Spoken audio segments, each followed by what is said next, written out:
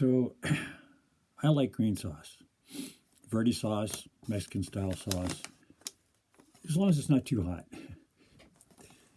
I used to go to this place after work on the way home to avoid cooking dinner. I would just grab, a quick bite and free tortillas, they used to be tortillas. Now they're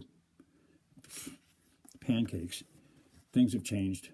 But at the time, I could get free tortillas, kind of a side of refried beans with some cheese on it, and a cup of this green sauce. And I'll tell you what, dip that tortilla in the green sauce, take a bite of beans with a draft for $12. Couldn't beat it. Couldn't beat it. And it was one of those flavors that you're on your way home and it's like, yeah, well, I got food in the fridge, but there's chilies.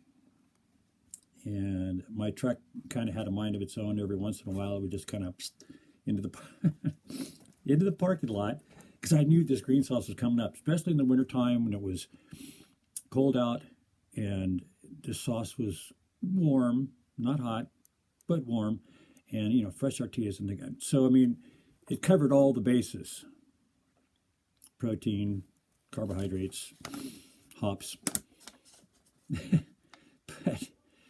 But one day they stopped serving it. I went in, and I'm looking forward to this green sauce and tortillas and beans and my draft. And she says, "Well, we don't make green sauce anymore." And I thought she was kidding me. What are you talking about? I'm looking around to make sure I'm in the right place, and she goes, "Yeah, it took too much time to make this stuff, and the company decided to nix it, and they came up with another green sauce that was out of a can. It wasn't anything like the original."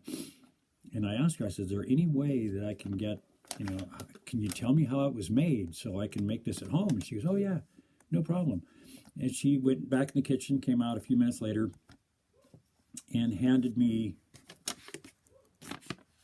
this beautiful list of how this stuff was made. And I tried it once, and she was right. It is a little labor intensive, so you wouldn't want to make just, well, I guess you could. You wouldn't want to make just one batch. You would probably want to double up on everything and, can it into a mason jar, stick it in the fridge, or as I found out later, a great way of doing it was me and my daughter picked up together. We bought a freeze dryer. One of the best investments I've ever made. I mean, if you like food and you don't like being hungry, this is one of those things that even though they're a little spendy, if it's used properly, you've got stuff that you can add water to 25 years later. It doesn't go bad. It's shelf stable. It's ridiculous how many things you can use a freeze dryer for. This is one of them. I'll give you a quick rundown. I mean, I could always answer an email or something and help you break it down even more. But here's what it says. 2 cups water, 10 ounces tomatillos, 1 1/2 ounce jalapenos, 1 1/2 teaspoons of chopped garlic, 1 1/2 teaspoons of veggie base, 4 tablespoons of onions diced, 1 1/4 teaspoon of cumin, 2 tablespoons of olive oil, 1/4 cup of onions sliced, 1 tablespoon, doesn't seem like very much, but that's what it says, 1 tablespoon of cilantro. So the process is: 1, boil water, add tomatillos, jalapenos, chopped garlic, and cook 5 minutes until the tomatillos are fully cooked.